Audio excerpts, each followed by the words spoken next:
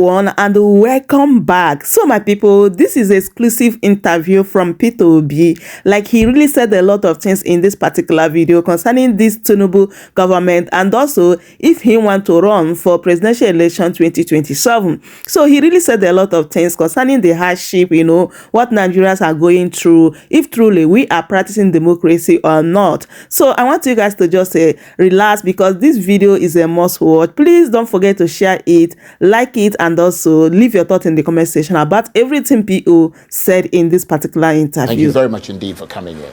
Thank you for Charles. Always a pleasure to see you. Thank you for having me. Let's start with the end of the holy month of Ramadan for Muslim people, of course, who've been fasting for a whole month and are now celebrating at the end of it. So a period of special significance for Islam with lots of spiritual reflection. I wonder what your message is to Muslims at this auspicious time for them. Well, like I said in my tweets, first is that they've been able, after the fasting and everything, been able to reflect about our country. It is now time to say, where do we go from here? And as I wish them happy Salah, I hope we'll use whatever they've been able to reflect in the past 30 days to hope that we'll build a better Nigeria. And as you talk pointedly there about reflection, let's reflect on the 2 years into President Tinubu's term, what is known as the midterm. As we look into what he's been doing for the last 2 years, how would you assess his midterm? Well, Charles, you know, I always don't want to be involved in assessing this present government, because I've always remained consistent that he is doing well. Because what he promised the people is exactly what he's doing. That he will start and continue from where the previous government stopped. And that is doing well, Charles. You can go and use every measure. I've said it in this studio before. Somebody who made dollar at 300 and something, 400, is now 1,005. Charles is done fantastic. Same in fuel, same in everything, same in unemployment, you know, everywhere, in terms of democracy, in terms of everything, is on the sliding side. And that is doing well, because that's what he promised. Well, I suspect they're likely to disagree with you. I mean, the president's team have suggested that his reforms are working, and that his management prudence is bringing back international confidence. They say that growth may be slow, but it's on an upward curve, and that Nigeria's fiscal position has improved considerably, which is the precursor to investing in infrastructure and innovation such as technology. But you don't agree with that assessment? Charles, when you talk about improvement, there are not things you say. There are things people feel. There are things people see. There are things that, it's just like when you talk about, I've listened to people say jobs are being created. Where are the jobs? You know, if you talk about job creation anywhere in the world, you see the figures. If you talk about improvement in education, you see it. Improvement in health, improvement in this. If you say the government is now doing the right thing, the democratic, the this, you will see it. You just mentioned River State. So where is it? So we can see it. It's not a question of going to say, oh, investors are coming back. Where are the investors? Where are they investing? Companies are closing down. They're leaving. Local companies, manufacturing is going south. So where is it? Clearly, you're not seeing it. Nigerians are not seeing it. Are you possibly, as they say, missing the beat of the moment? His aides are suggesting that perhaps you're focusing too much on playing the opposition card, and you're not seeing the increments that are gradually, making themselves felt in this country. Charles, the Nigerians are not saying it. I am one politician that moves around in Nigeria, and I know the feeling of the people. Yeah, but what about prices in the market? I mean, there have been some, maybe not enormous reductions, but there have been some significant reductions, even in fuel, for example, petrol prices. I mean, where did we start? They've fluctuated a little, but they've come down. Charles, where did we start? We started at about 200 to over 1,000, and now it's slightly below 1,000. You have to look at where we started. You didn't just say, oh, it's coming down. No, where did we start? What has changed? Consider the income of the average Nigerian, those who are fortunate to have a job. What it now tells them if they're buying fuel. So basically, your prognosis, your assessment, just to be clear, is that things have got worse, not better, in spite of the reforms that the president has put in. I mean, you're not agreeing that obviously reforms take a while to begin to be felt in the country. The removal of fuel subsidy, the regularization of price of cost of naira and all the rest of it. I mean, you don't think that those things are reforms that needed to be done?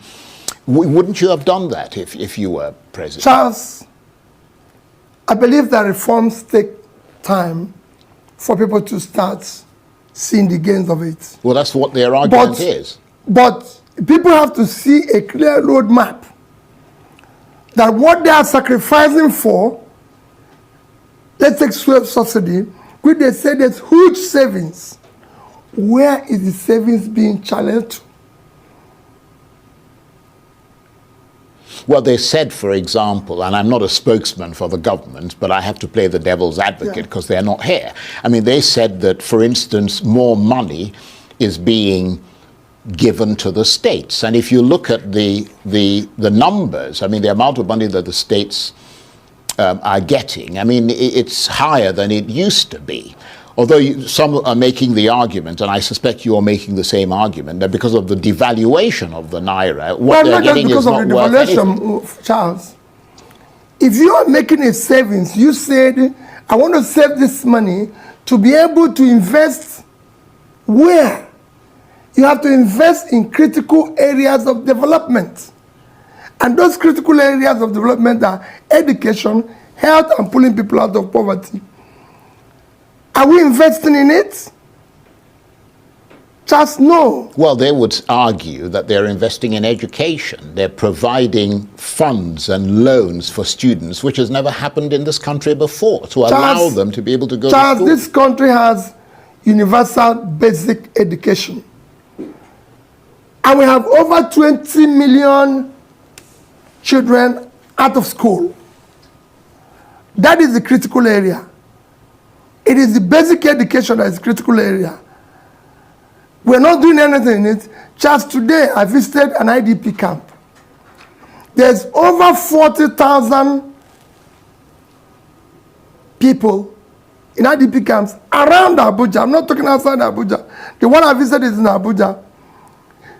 With over 4,000, they don't have a primary health care. 4,000 or 40,000? Over 4,000. Right. 40,000 around Abuja. But 4,000 in this particular facility. Right, okay. They don't have a primary health care. They don't have a primary school. They used to have a primary school, which was there by UNICEF. It's closed down for the past 3 years. The kids are there. There's no primary school. There's no health care. So, if you don't have that in Abuja, where do you have it? Where? And this is the one you said is free. Free and compulsory. So where are you investing the money? So your conclusion then is that there isn't a clear plan and a trajectory, that it's kind of all over the place? That is convincing. Because you have said, I'm removing this, you have to sacrifice, you have to suffer. Where are you investing it? It has to be clear. It has to be verifiable. It has to be visible. People have to see it. They have to feel it. Right. Let me move away slightly from the economy, because you have suggested that President Tinubu's political decisions and counter decisions are both a cause for concern and a potential threat to Nigeria's democracy. Broadly, tell us more. What I have said is that I maintain, Charles, there's no democracy in Nigeria today. Nigeria today is not a democratic country. Let's stop telling ourselves lies. If you look at all the tenets, look at all the yardstick of measuring democracy, it doesn't exist here. Simple definition, democracy is government of the people, by the people, for the people. Today, the government we have is not of the people. It's not by the people because the people didn't vote. It wasn't their votes. I'm not just talking about presidency. Across the line, look at what happened in Edo. Can you call that democracy? It is not vote of the people. And it's not for the people. I've just told you that I went to an IDP camp where we have thousands of people, no primary health care. They were begging me to have one nurse, which I said I must make sure I bring. They don't even have primary school, which again I told them I will make sure it happens. So what are you doing for a country that just spent 21 billion naira to renovate a house for the vice president, which is not, hasn't packed in, is not living there. And you cannot even have a primary school for kids who are going to be leaders of Nigeria tomorrow. For people who pass through the same process, tonight deny these kids this opportunity today. So it is not a democratic country. So it's not for the people. You can't have a democracy without a functional and effective legislature, which you know we don't have today. You can't have a democracy without, again, an independent judiciary that fights for the common person. I can go on and on. In a democracy, it is clear. There's guidelines. Even when you set for people vying for election, like in Nigerian case, you have to talk about people must be qualified. They must have primary school, secondary school, university, and must attain certain age. Charles, that is not happening today. People are with unverified, forged certificates all over the place, criminal records and everything, and they're in charge. So you cannot say that.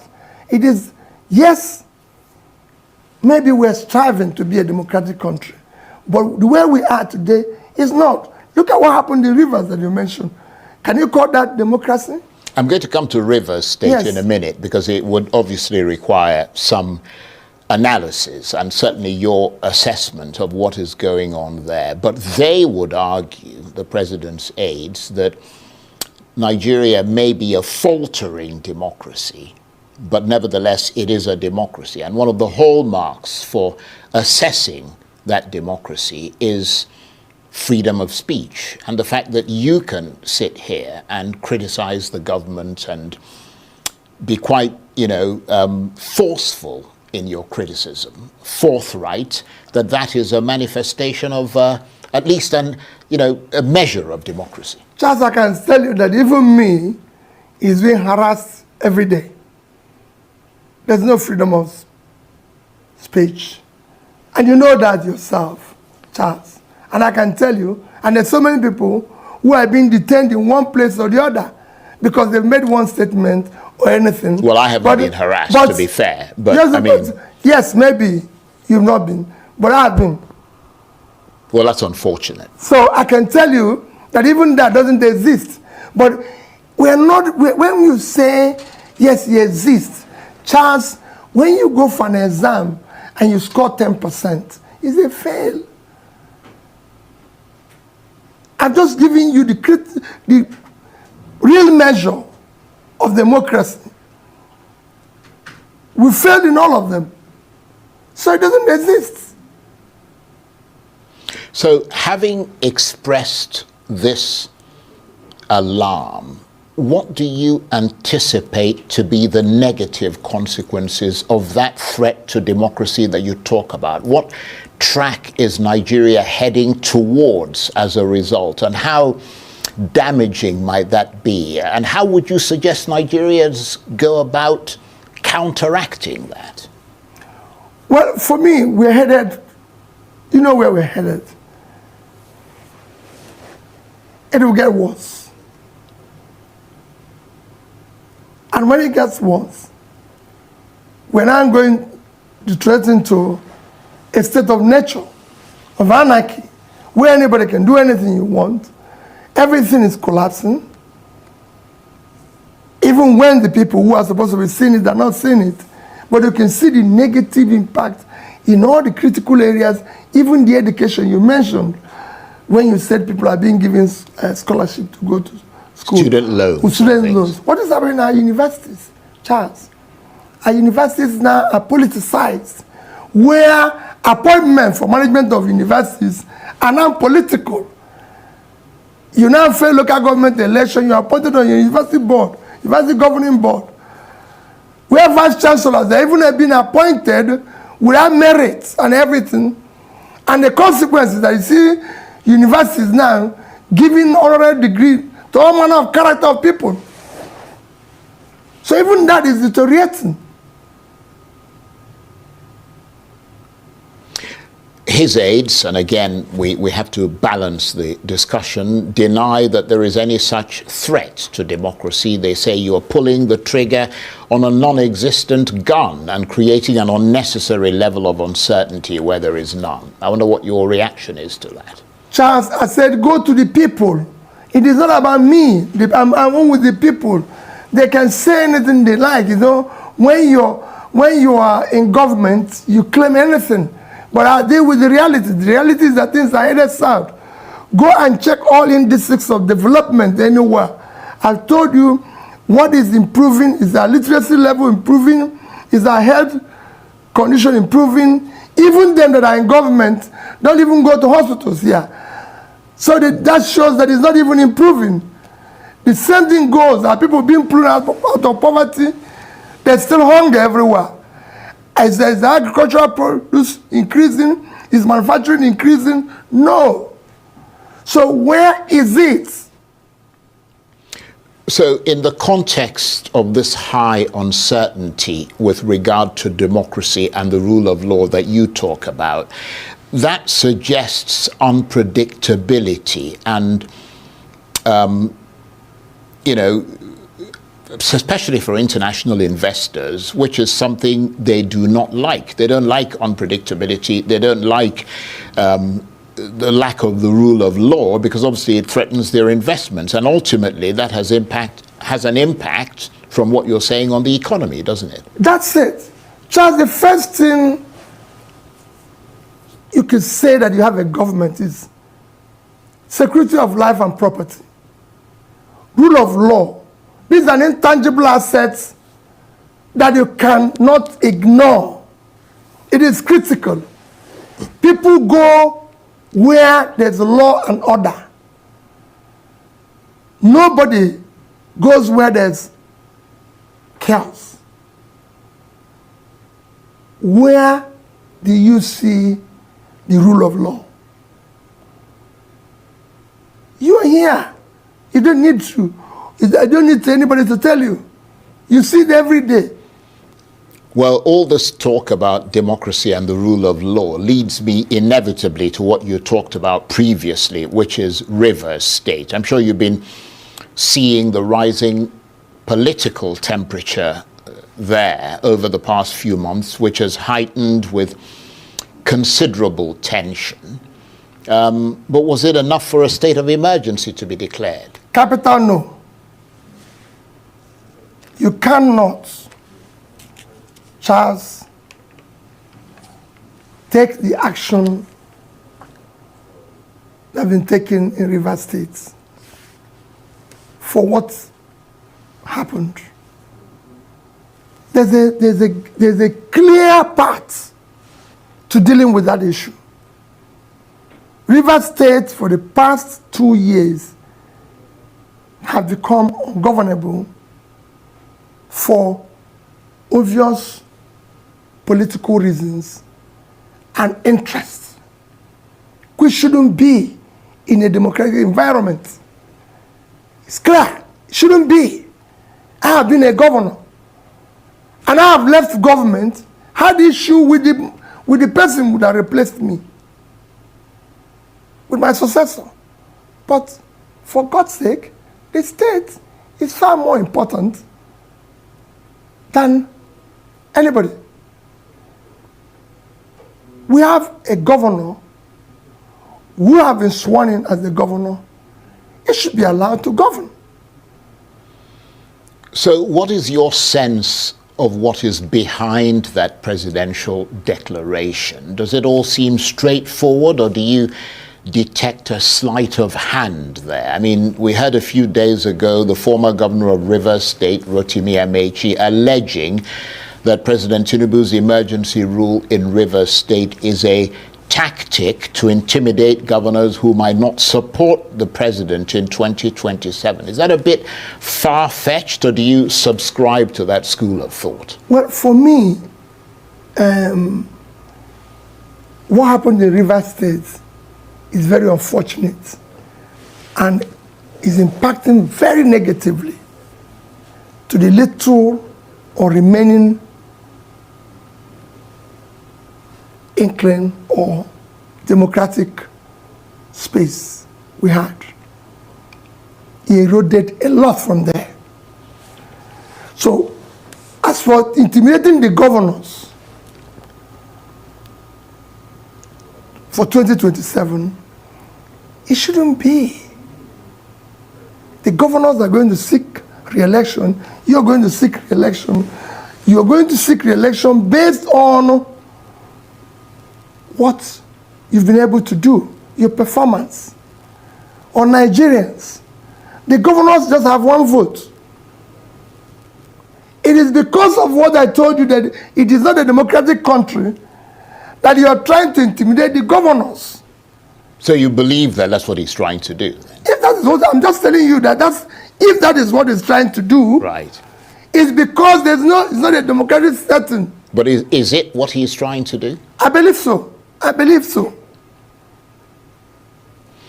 And of course, the manner in which the National Assembly, you touched on this briefly earlier, approved that state of emergency with a voice vote is continuing to cause ripples across Nigeria and beyond. Do you agree or disagree with those who say that trust and confidence in the National Assembly has been eroded as a result? Completely eroded.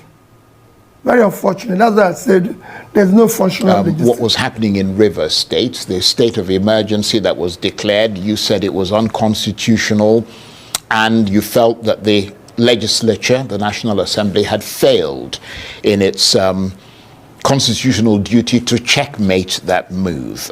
Were you struck by what appeared to be the absence of opposition voices in that process? I mean, you have Labour lawmakers in the National Assembly. You are a Labour man, Labour presidential candidate in 2023. And we didn't really hear much from them in opposition, did we? In spite of your very loud and unequivocal call for the state of emergency to be rejected. I mean, how much does that suggest that not only is the opposition, the Labour Party, very weak, but that you were unable to exert any influence on them? Charles, before going to the opposition, there were, even in the House of Representatives, a particular Labour member did everything possible to ensure that the right thing was done by ensuring that It is not a voice vote. That is a vote that must be properly recorded. Yeah, you're talking about Obi Agwocha who Yes, stood up, but that was a solitary voice. That's what I'm saying. Why didn't we hear more voices? At least it's from Labour, because you said no opposition. At least from Labour, at least, and there were others like that. They were shouted down. Even at the Senate, there were voices like that, like former governor of Bayelsa State, former governor of Sokoto State. There were voices. Yeah, but they were not Labour. No. But you said opposition. Yeah. But in general, the Nigerian political space was designed not to have opposition. Opposition doesn't exist here, Charles. If you want to look at where opposition exists, you compare us with other countries with similar trajectory. People have called me and said, look at what the oppositions are doing in South Africa. Look at what the oppositions are doing in other similar countries. But let's just use South Africa, which is, of course, the biggest economy in Africa today.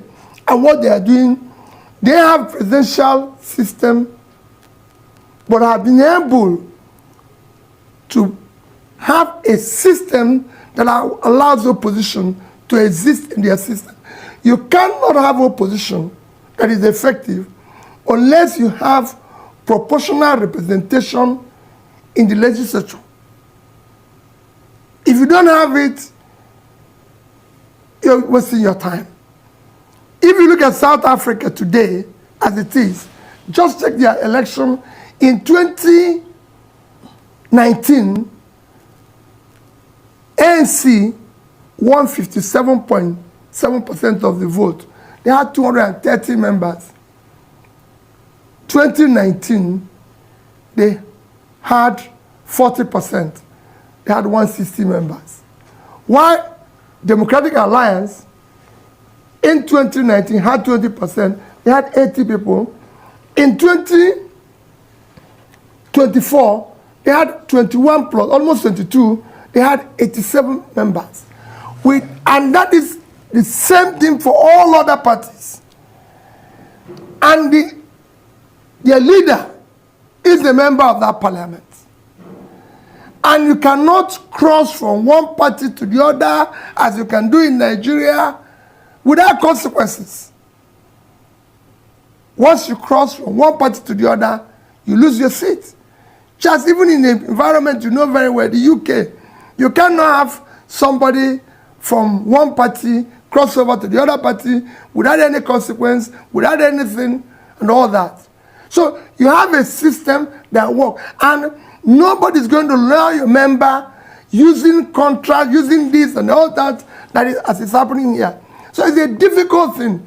That's why we are clamoring that we must now change this constitution. We must now build a viable system. People have asked me, Peter, what are you going to do if you were there?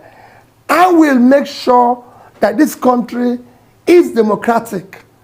I will make sure that the opposition thrives by ensuring that I direct whoever and put all my own resources in terms of office to ensure that parties function the way they should.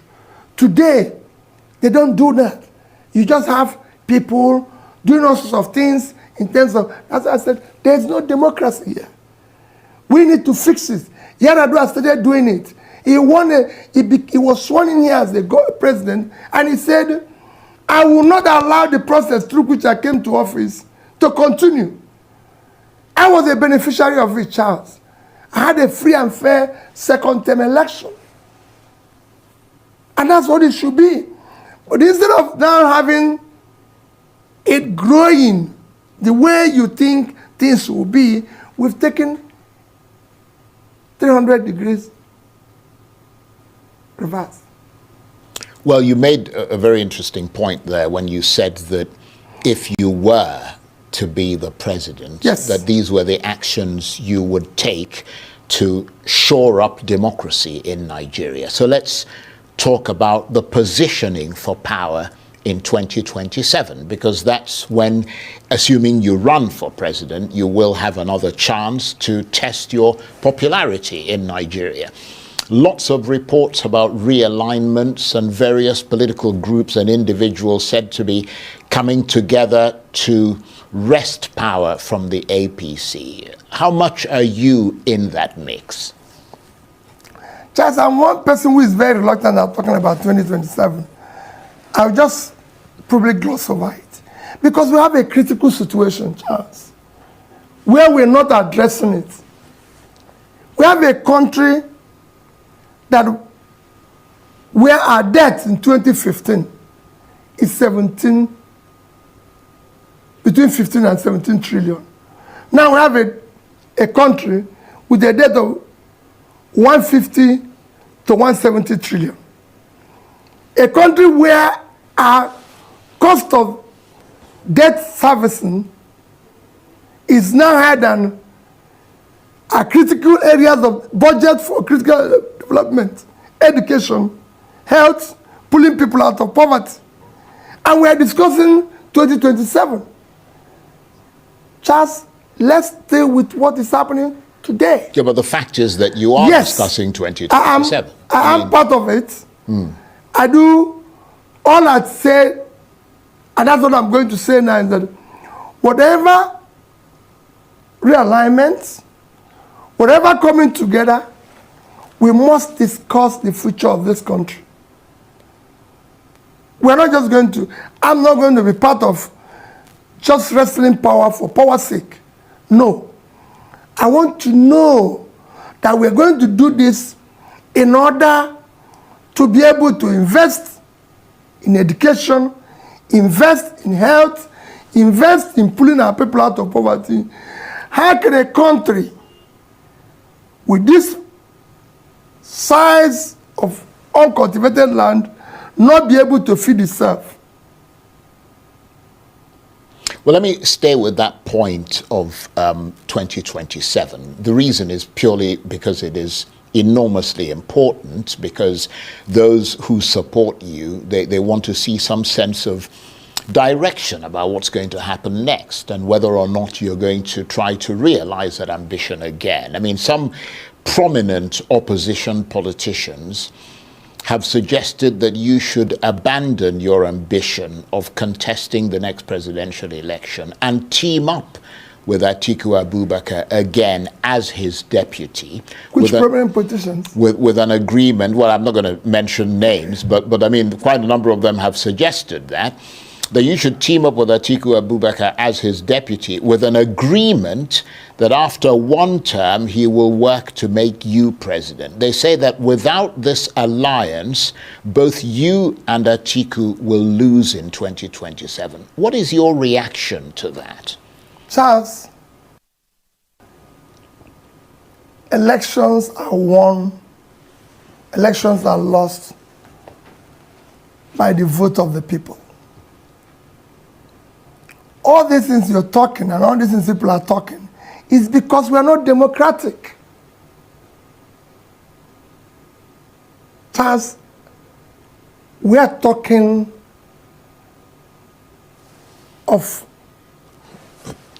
working together for the sake of the country, not because of political posts. I've said it before. But if you don't have political power, you won't be able to change the country. Charles, agree with that. That's why I've always said, I'm not desperate to be president. I'm desperate to see Nigeria work. Charles, it is all these alliances, all these groupings that brought us to where we are today. Because people were blinded. Instead of seeing what they would do to make the country work, make the country productive, they were focused on wrestling power. What are we going to use the power to do? Yeah, but you ran for office in 2023. You wanted to wrest power from the APC. Because I wanted to do something. Right. Charles, I wanted to do something. I wanted to use it. By now, you would have been seeing the impact on education visibly. And I'm not talking about people coming to say it in TVs. You will be seeing it visibly. I would have even been visiting the schools. Well, that's why some of the health. You would have seen the primary. We have over 70% of our primary care are not functional. But that's why some of your supporters are saying that for you to make this happen, you have to be able, you've got to be positioned, they say, to win the presidency. Don't just say some of my followers. I want Nigerians to know it is about their country. Indeed. So many Nigerians today don't know where the next meal will come from. They don't know. Several people have been to hospitals where people can't leave the hospitals because they can't pay. We have less than 5% insurance, health insurance in this country, when comparable countries like Indonesia have 95%. Yes, but you're not going to be able to change that unless you become president. No, but the people have to know and know that this man can do it. Well, the argument is that even if you win in 2027, you'll be forced or prevailed upon to hand over to the North after just one term in 2031, which will not be enough for you to fulfill these electoral, let me just make the point, these electoral promises. Whereas if you worked with a one-term Northern presidency in 2027, you'd be more likely to scale through in 2031, assuming the North keeps to the agreement. Does that sound like a reasonable proposal to you? Because you mentioned Yar'Adua, who came into office. He had to come into office before he started trying to change things. Charles, the president that is there today, how many years has he stayed? 2 years. And you could see where we are. Look at the turn of things in 2 years. That means that you can change things in 2 years. If I was there in 2 years, Charles, that you would have seen considerable change. In critical areas, I would have tackled corruption head on. I would have reduced cost of governance. And you will see it. People will feel it. And those monies invested in critical areas. Our primary health care today, I told you, 70% are not functional. And we spent over 35 billion in conference center. Which conference? Who is coming for the conference? You need to invest your money properly. Just you have been seeing borrowed money invested in critical area. A country in Bangladesh with 148,000 square kilometers of land is producing about 60 million metric tons of rice. And us, with over 6 times that size of land, cannot do 10% of that. Charles, there's room here. You talked about devaluation of Naira. There's nothing wrong in devaluation. I would have done something. I would have allowed the Naira to float. But I would have done it in an organized manner. There will be productivity. The idea of devaluing your currency, allowing it to float, to be cheaper, is that you have productivity so you can export, so people can come and buy. But when you don't have productivity and you devalue your currency, it's double whammy because you have nothing to sell. So I would have injected money in productivity.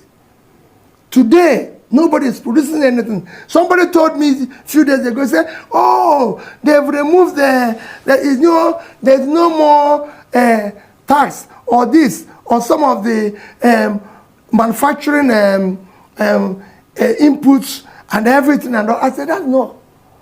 How can you manufacture? How can you do business when your interest rate is over 40%? Yeah, one of the biggest costs of manufacturing today, cost of production today, is interest rate.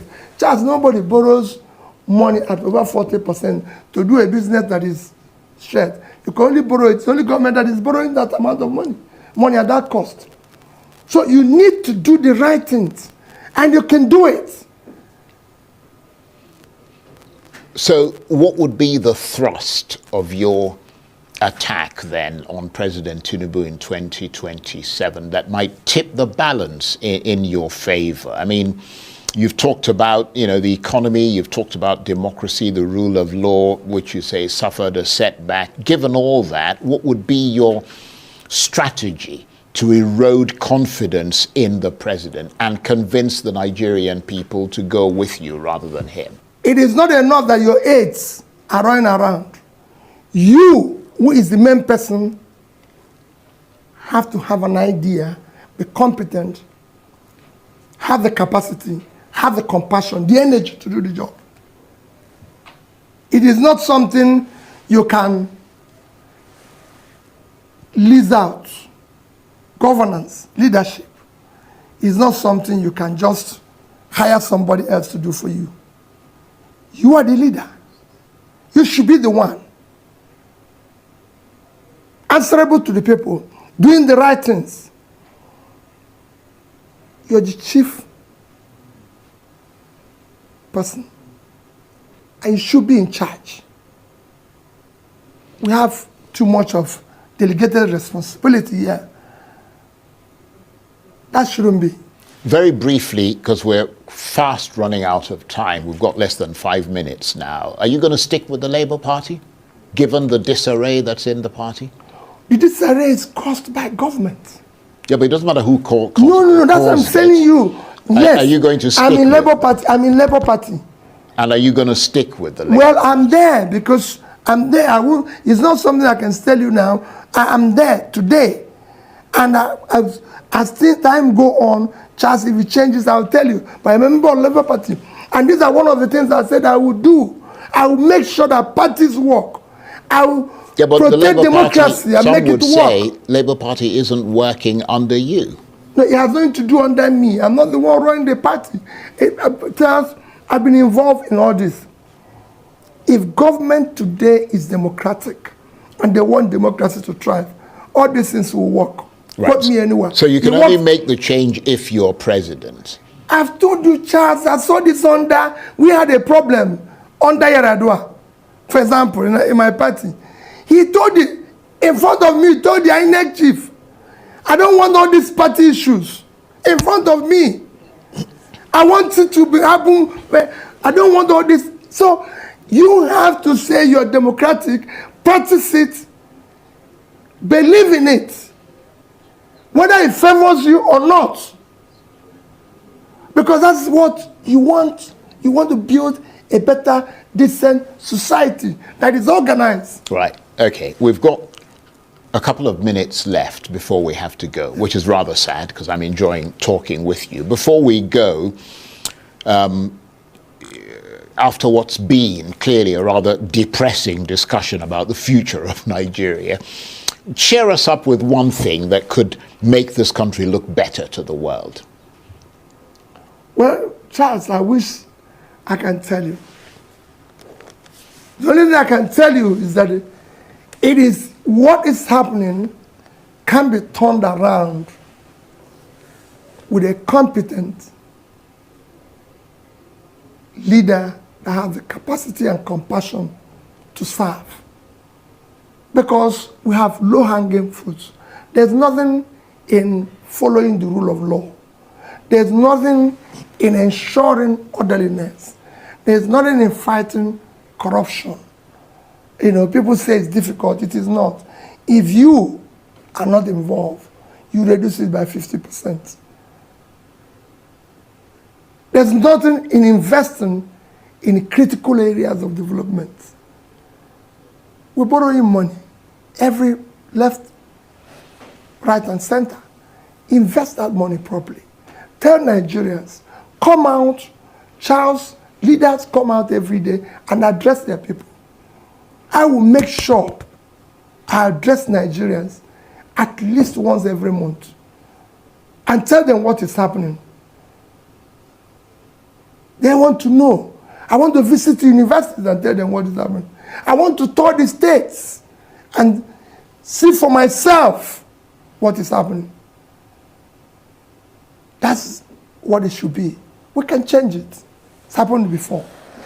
On that note, I want to thank you very much indeed, and we really appreciate the time you've taken to come and talk to us. So my people, that is it. I hope you guys had everything Peter Obi said in this particular video. So some are still arguing that if Peter Obi won that 2023 election, that what is happening now is still going to happen or is still going to get worse, right? But when you listen to Peter Obi very well, from that 2023 till now, Peter Obi always talking about cutting the cost of governance, and Peter Obi will do it. Tinubu told us that he removed fuel subsidy. My people, the money Tinubu is saving from fuel subsidy, please, where is the money going to? Because we are still borrowing money. And they said that the state governors are receiving more money. But we, the masses, are not seeing any impact from that money. We are not benefiting from it, my people. When you talk about democracy under this Tinubu government, you know that we are no longer practicing democracy. It's because of Tinubu. The 25% of vote that any president is supposed to get before you should become a president of Nigeria, Tinubu did not get it. Because of Tinubu, they changed that particular constitution. And under Tinubu, any president can wake up anytime, any day, and remove any governor. So my people, everything Peter Obi said here, he is so on point. I don't know what you think. I would love you guys to leave your thoughts in the comment section. Don't forget to subscribe if you haven't shared the video. Give it a like. Thank you so much everyone for watching. I will see you guys in my next update. Goodbye for now. Welcome to Mercy.